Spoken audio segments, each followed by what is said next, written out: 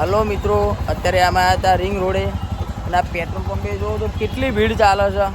કોઈ પહેલાં પેટ્રોલ પૂરા લગીર નહોતું ઊભું રહેતું અને અત્યારે કેટલી લાઇનમાં ઊભા છે. જુઓ, આ તો બધા હાઈવાવાળા પર છે, કટારાવાળા છે, આઈસરોવાળા છે, બધા જઈએ છે. અને શું આપણા દેશમાં પેટ્રોલ પતી ગયું એવું લાગે છે આપણા ગુજરાતમાં? તો આ પેટ્રોલ પંપે કેટલી બધી ભીડ છે.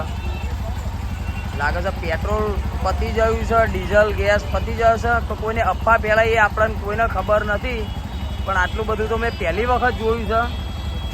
જો એક મેસેજ આવ્યો તો મારા ભાઈએ મને કીધું હતું કે બાઇકમાં પેટ્રોલ ના આવે તો પુરાઈ આવજે, પણ આપણે હજુ પેટ્રોલ પુરાવા ગયા નથી. અત્યારે આપણે જઈએ છીએ બહાર, એટલે રિંગ રોડ ઉપર આવ્યા હતા. ત્યાં પેટ્રોલ પંપે જો ઇન્ડિયન પેટ્રોલ પંપ છે બાકરોલ, તે આપણે ટોલ ટેક્શન તો આગળ આટલી બધી લાઈન છે. જો એક હાઈવે ઉપર પણ લાઈન છે, છેક રિંગ રોડ ઉપર લાઈનો છે. આ બધી જ જગ્યાએ જો આવતી જ રહેશે, બાઇકો, ગાડીઓ, આઈસરો, કેટલું બધું પબ્લિક અહીંયા પેટ્રોલ પુરાવા આવ્યું છે. પેટ્રોલ આપણા ગુજરાતમાં પતી ગયું કે શું?